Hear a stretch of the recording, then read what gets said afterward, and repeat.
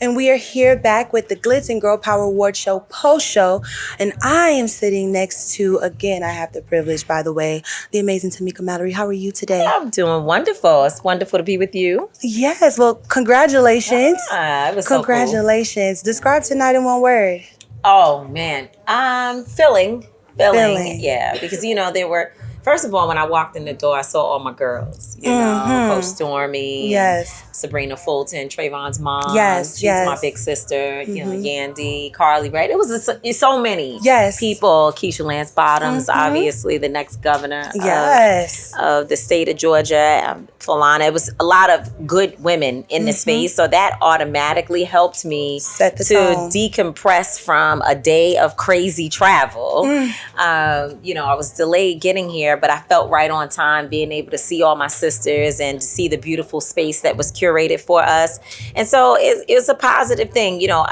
Someone, I think Nivea said, this award feels like a Grammy. And I'm like, whenever Black women give us anything, awards, food, love, hugs, support, is more than a Grammy. Right, it's better than a Grammy. It's bigger than that. So I was excited to be honored here, and it just was a good vibe.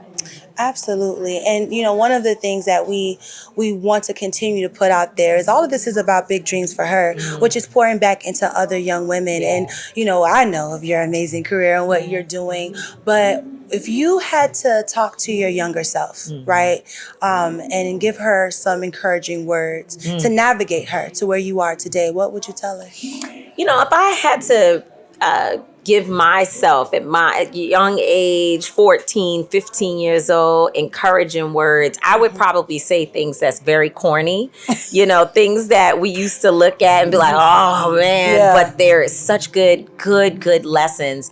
And one thing I would say is listen to your mother. Listen to your mother. Your mom, for the most part, has so much wisdom. And, it's really like a cheat sheet for life when your mom's coming to you saying, this person isn't your friend. That's a wrong road to travel down. You're bigger than this. You're better than this. Or as my mother used to say, don't be nobody's doormat. I didn't understand that at the time. But as you get older, you look back and think of the words and the wisdom of your elders and realize that there are so many roadblocks and issues that we have that we could have circumvented if we just listened to, again, that wisdom. So I would say that, and I would also say that, you have to really practice listening to yourself, that we oftentimes know, like our intuition is telling us things, but because we're either trying to be cool or trying to,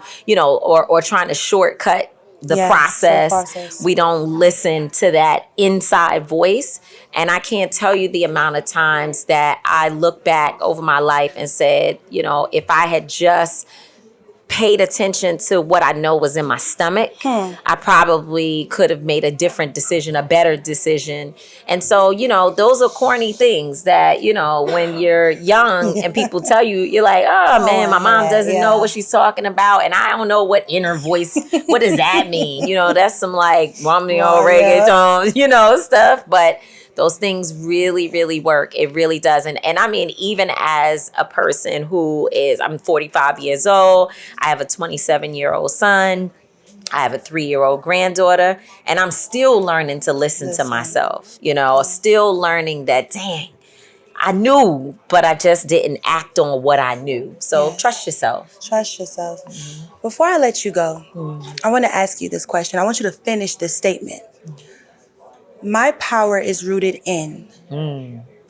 My power is rooted in the Black community. I truly believe that I am because we are, and what we are not, I also cannot become, right? Because no matter what type of success I may be able to create for myself, it is limited if my people are not also able to enjoy in the fruits of, the work that they have put in, that we put in as a community.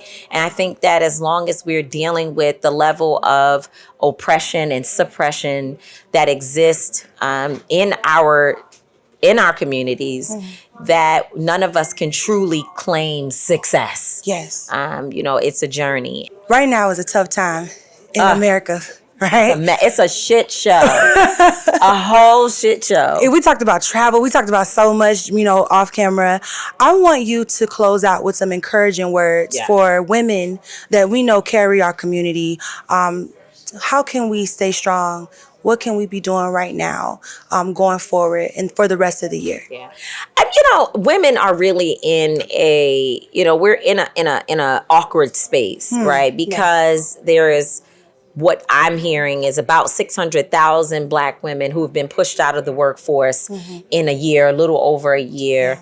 So that's an uncomfortable space. Yet it's still a time where if you're a builder, if you're a creator, which we are by instinct, that it also can be a great moment for collaboration, for new ideas, for innovation, and for us to stop building for them white folks and not for ourselves. So,